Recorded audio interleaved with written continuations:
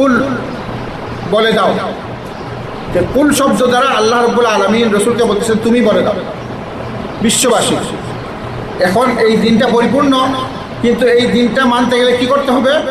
আতিউল্লাহ, সর্বপ্রথম আল্লাহর আনুগত্য, ও আতিউর রাসূল, তারপর কি করতে হবে? রাসূলুল্লাহ সাল্লাল্লাহু আলাইহি ওয়াসাল্লাম অনুসরণ করতে হবে। ফাইন তাওয়াল্লাউ, তারা যদি এটা না মানে, ফাইন্নামা আলাইহি মা হুমিলা ওয়া আলাইকুম মা হুমিল, তাহলে তারা যেটা কাজ করছে তারা তাদের জন্য দায়ী আর তোমরা তোমাদের জন্য দায়ী। আর আল্লাহ তাআলা বলতেছেন ওয়াইন তুতিউহু তাহতাদু, আমরা যদি রসুলকে অনুসরণ করি তাহলে আমরা হেদায়েত পাবো। রসুলকে যদি অনুসরণ করি, এখানে পৃথিবীর কোনো মানুষকে বলা হয় না, একমাত্র একটা ব্যক্তিত্ব, কে? তিনি মুহাম্মদ রাসূলুল্লাহ সাল্লাল্লাহু আলাইহি ওয়াসাল্লাম। ওয়াইন তুতিউহু তাহতাদু, তো রাসূলুল্লাহ সাল্লাল্লাহু আলাইহি ওয়াসাল্লাম যদি তোমরা অনুসরণ করো তাহলে তোমরা সঠিক পথের প্রদর্শন পাবে, সঠিক পথ পাবে, যেই পথটা তোমাদেরকে পরকালে জাহান্নাম থেকে মুক্তি দিবে এবং জান্নাতে তোমরা পৌঁছতে পারবে। ওমা আলার রাসূল ইল্লাল বালাগুল মুবিন, এখানে আল্লাহ তাআলা আরেকটা জিনিস গুরুত্বপূর্ণ জানিয়ে দিচ্ছেন যে হেদায়েতের মালিক রাসূল না, হেদায়েতের মালিক রাসূলের দায়িত্ব হচ্ছে পৌঁছিয়ে দেওয়া। সঠিক জিনিসটা কি? পৌঁছিয়ে দেওয়া। তো রাসূলের দায়িত্ব ঠিক তেমনিভাবে পৃথিবীতে যত মানুষ এই দিনের কাজ করবে তাদেরও দায়িত্ব বালা পৌঁছায় দেওয়া। হেদায়েতের মালিক আল্লাহ রাব্বুল আলামিন, কেউ যদি হেদায়েত পেতে চায় আল্লাহ তাকে হেদায়েত দিবেন, হেদায়েত পাওয়ার জন্য সে যদি চেষ্টা করে। তো এখানে আল্লাহ রাব্বুল আলামিন যে জিনিসটা পরিষ্কার করেছেন সেটা হচ্ছে কুল দ্বারা বর্ণনা করেছেন। পবিত্র কোরআন শরীফে যেখানে আমরা কুল শব্দ পাবো, কুল, এটা অত্যন্ত গুরুত্বপূর্ণ কথার ক্ষেত্রে আল্লাহ কুল বলেন। পুরা কোরআনে যেখানেই পাবেন কুল, তো কুলটা কাকে বলেছেন? রাসূলুল্লাহ সাল্লাল্লাহু, কাকে বলেছেন? অত্যন্ত গুরুত্বপূর্ণ, কারণ রাসূল আল্লাহ রাব্বুল আলামিন অনেক কিছু সরাসরি বলেন, কিন্তু এখানে বলতেছেন কুল, হে নবী তুমি বলে দাও। তাহলে কুল যেখানেই আসবে, আপনি কোরআন শরীফে দেখবেন কুল শব্দ যেখানেই আসছে সেখানেই বুঝবেন যে এখানে অত্যন্ত গুরুত্বপূর্ণ সংবাদ বা আদেশ বা নিষেধ আসতেছে। আল্লাহ তাআলা বলতেছেন কুল হুয়াল্লাহু আহাদ, বলছেন কি না? অত্যন্ত গুরুত্বপূর্ণ কথা, আল্লাহর পরিচয় বলে দাও, তিনি আল্লাহ যিনি একক ও দ্বিতীয়। কুল আউযু বিরাব্বিল ফালাক, তোমরা বলো যে আমরা আল্লাহর কাছে আশ্রয় চাচ্ছি সেই মহান রবের, যিনি কি সকালের রব। এইভাবে আল্লাহ রাব্বুল আলামিন বলতেছেন কুল আউযু বিরাব্বিন নাস, কুল বলো আশ্রয় চাচ্ছি যিনি মানুষের প্রতিপালক। আল্লাহ রাব্বুল আলামিন বলতেছেন কুল ইয়া আইয়ুহাল কাফিরুন, যখন কাফেররা বলল রাসূলকে যে আপনি এক বছর ইবাদত আমাদের পূজা করবেন, আমরা আপনার ইবাদত মানব, এখানে ইসলামকে মিশ্রণের ব্যবস্থা তারা করছিল। তখন রাসূল সাল্লাল্লাহু আলাইহি ওয়াসাল্লাম আল্লাহ বলেন কুল বলে দাও ইয়া আইয়ুহাল কাফিরুন লা আ'বুদু মা তা'বুদুন।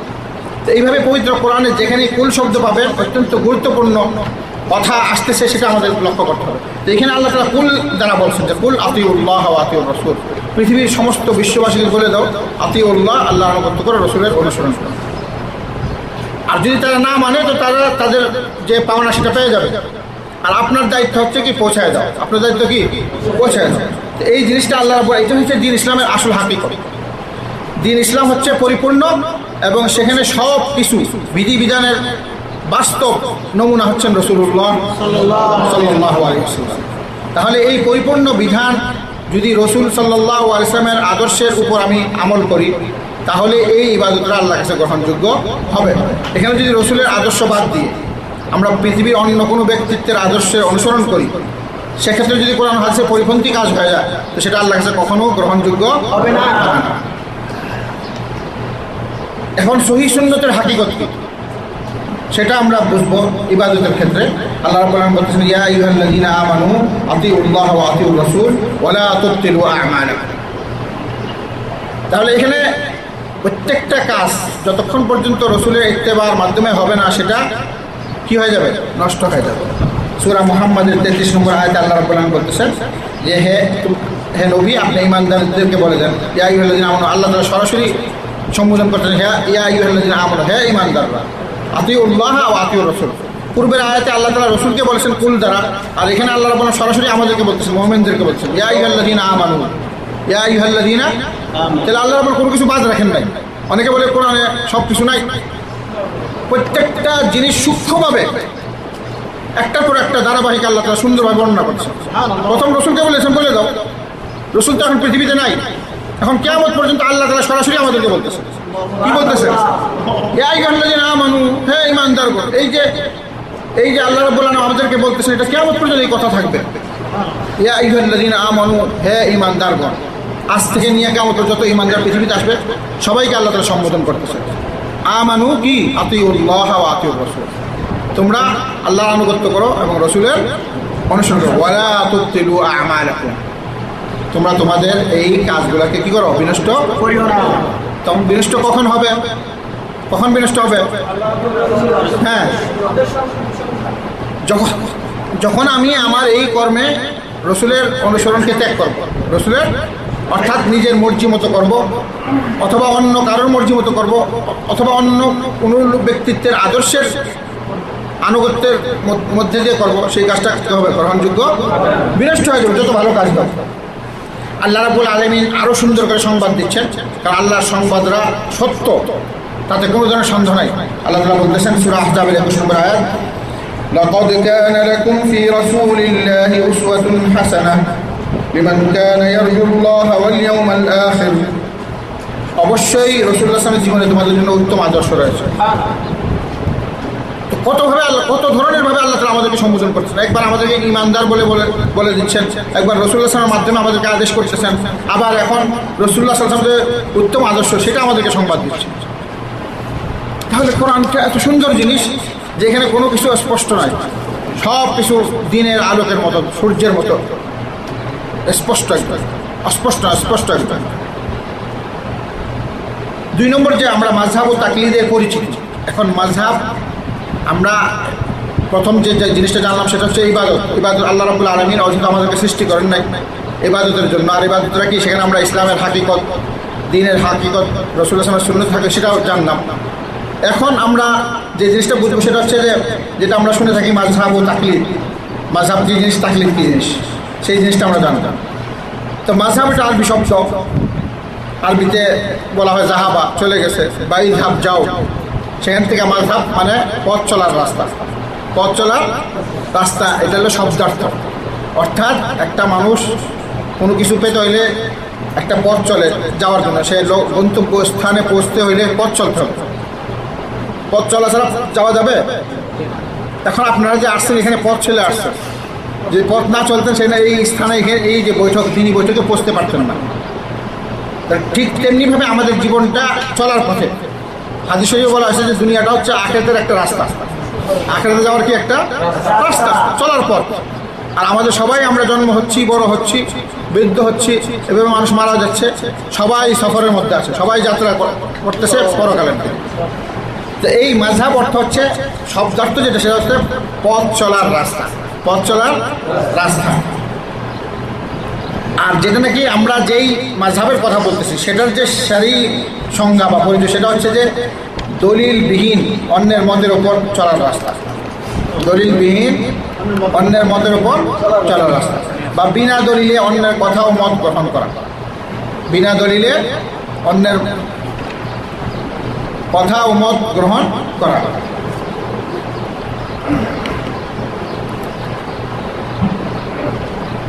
অনেকে বলে এটা মত বা মতবাদ বা ধর্ম বা আদর্শ বা বিশ্বাস বা চলার পথ, এই সমস্ত কথা বলা যায়। মাযহাব অনেকে জিজ্ঞাসা করে যে আপনি কোন মাযহাবের, আপনি যখন নাকি কোনো কথা বলবেন কোরআন হাদিসে, তখন আপনাকে বলবে আপনি কোন মাযহাবের। তো যে মাযহাবে সে বলবে আমি হানাফি মাযহাব, আরেকজন বলবে শাফি মাযহাব। তাহলে বোঝা গেল সে পথ চলে কার পিছনে? মাযহাবের পিছনে। সে যদি বলে না আমি মাযহাব আছে, অসুবিধা, মাযহাব ছাড়া পথ চলার রাস্তা ছাড়া যেতে পারবেন না, পথ চলার রাস্তা অবশ্যই, কিন্তু এটা কোনটা? রাসূলুল্লাহ সাল্লাল্লাহু আলাইহি ওয়াসাল্লাম মাযহাবে আমি আছি, সেটা সবার উপর ওয়াজিব রাসূলুল্লাহ সাল্লাল্লাহু আলাইহি ওয়াসাল্লাম মাযহাব গ্রহণ করা। কারণ রাসূলুল্লাহ সাল্লাল্লাহু আলাইহি ওয়াসাল্লাম আমাদের ইমাম, ওনাকে আল্লাহ তাআলা এই কারণেই প্রেরণ করেছে আমরা যেন তার অনুসরণ করি। একটু আগে আমরা শুনছি যে উনি উত্তম আদর্শ, উনি কি? আর ওনাকে আমাদেরকে আদেশ দেওয়া হয়েছে যে তোমরা তার অনুসরণ করো, অনুগত করো। এখন আপনি যখন সহিহ হাদিসের কথা বলেন করেন, তো আপনাকে প্রশ্ন করো আপনি কোন মাযহাবের। যদি বলেন যে আমি কোরআন হাদিস পেলে বলতে আপনি মাযহাবের না। তাহলে মাযহাবটা এখন সারা বিশ্বের মধ্যে 200 কোটি মুসলমানদের মধ্যে মানুষ যে ইবাদত করতেছে, মাযহাব ভিত্তিক ইবাদত করতেছে। কি ভিত্তিক? মাযহাব ভিত্তিক। অর্থাৎ কেউ বলে যে আমি শাফি, অথবা কেউ জিজ্ঞাসা করে যে আপনার মাসলাক কি? মাসলাক তো চলার কথা, আরেকটা আরবি শব্দ আছে মাসলাক। সালাকা, সালাকার থেকে মাসলাক আসছে, অর্থাৎ জিজ্ঞেস করে কোন মাসলাকের লোক বা কোন পথে চলার লোক। সে বলবে যে আমি দেওবন্দি পথের বা অমুক পথের বা মাঝহাব হানাফি শাফির জন্য বলবো। এই সমস্ত যে বিষয়টা সেটা হচ্ছে আমরা মাঝহাব বলতে যেটা বুঝি সেটা হচ্ছে বর্তমান বিশ্বে প্রচলিত যে মাঝহাব, সেটা হচ্ছে প্রসিদ্ধ 4টা মাঝহাব। এখন সারা বিশ্বের মুসলমান এই 4 ভাগে বিভক্ত হয়ে গেছে। কোথাও বেশি সংখ্যা পাওয়া যায়, কোথাও কম, কিন্তু অধিকাংশ মুসলমানরা 4টা দলে বিভক্ত হয়েছে। এবং কোনো কথা আসলেই তখন তারা মাযহাবের কথা নিয়ে আসে যে কোন মাযহাবের। যদি দেখে যে মাযহাবের না, তখন আমরা কথা শুনবে না, তো আমরা তো মাযহাব থেকে বাইরে। এটা মানুষের জ্ঞান না থাকার কারণে। তাহলে মাযহাব অর্থ হচ্ছে আমরা যেটা বললাম সেটা হচ্ছে বিনা দলিলে অন্যের কথা ও মত গ্রহণ করা। কিন্তু মাযহাবের কথা আসলে সে চোখ বন্ধ করে মানবে যে হ্যাঁ এই মাযহাবেটা আছে আলহামদুলিল্লাহ, মাযহাবে নাই মানবে না। এটা হচ্ছে কোরআন হাদিসের পরিপন্থী কাজ, এই জিনিসটা খেয়াল রাখতে হবে। আর তাকলিদ আমরা বুঝলাম মাযহাব অর্থ কী, আর তাকলিদ অর্থ কী সেটা হচ্ছে যে তাকলিদের কিলাদা শব্দ থেকে আসছে, এটা অর্থাৎ গলার হার, গলার হার, গলার মধ্যে যে হার পেঁচায় সেটাকে কিলাদা বলে, সেখান থেকে তাকলিদ আসছে।